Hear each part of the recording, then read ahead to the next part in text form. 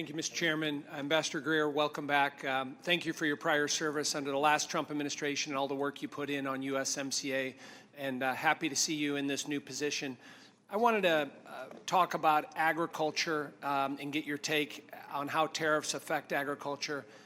My district that I am proud to represent is the 10th largest ag district in the country in terms of corn and soybean production. The #1 industry in the state of Illinois is agriculture. People are surprised by that.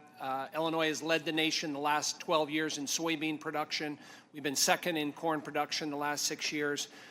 And my district, we load up a lot of commodities on barges on the Illinois and the Mississippi River. They go down to New Orleans, they get offloaded, and they go all around the world. About 40% of the corn and soybeans in my district, again, go to places all across the globe. And so markets and customers are very, very important. And I will just say at the outset that I appreciate what President Trump is doing in terms of addressing long-standing trade deficits and bringing down barriers to trade, and also your commitment for looking for new trade deals and entering negotiations to address tariff and non-tariffs across the globe.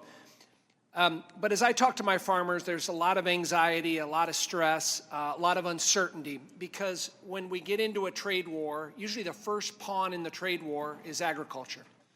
And as we look at the timeline and chronology moving forward, Ambassador Greer, what would you tell my farmers in terms of that uncertainty and anxiety that they're feeling right now?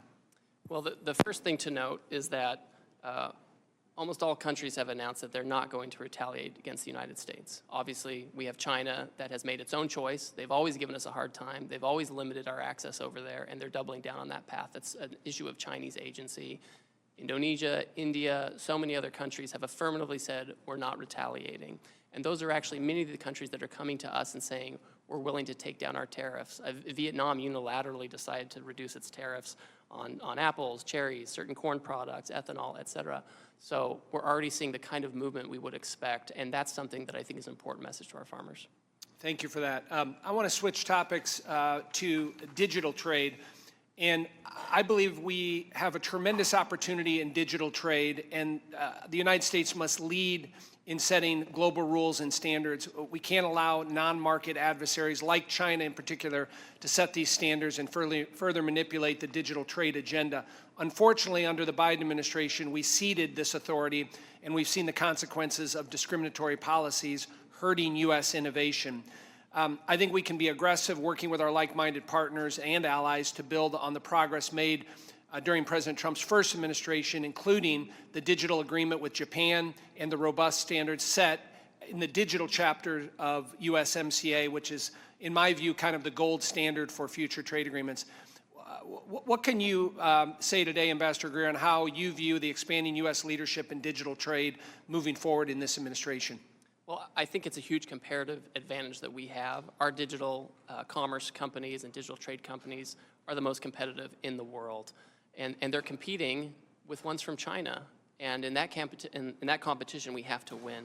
And if I have other countries discriminating against our champions, that's bad for America, it's bad for our companies and workers, and it's bad for the world. And I know we're having a national conversation, politically on how to regulate, digital tech, et cetera. But in no case can we allow discrimination to undermine our competitive advantage here. Thank you, Ambassador Greer. I yield back.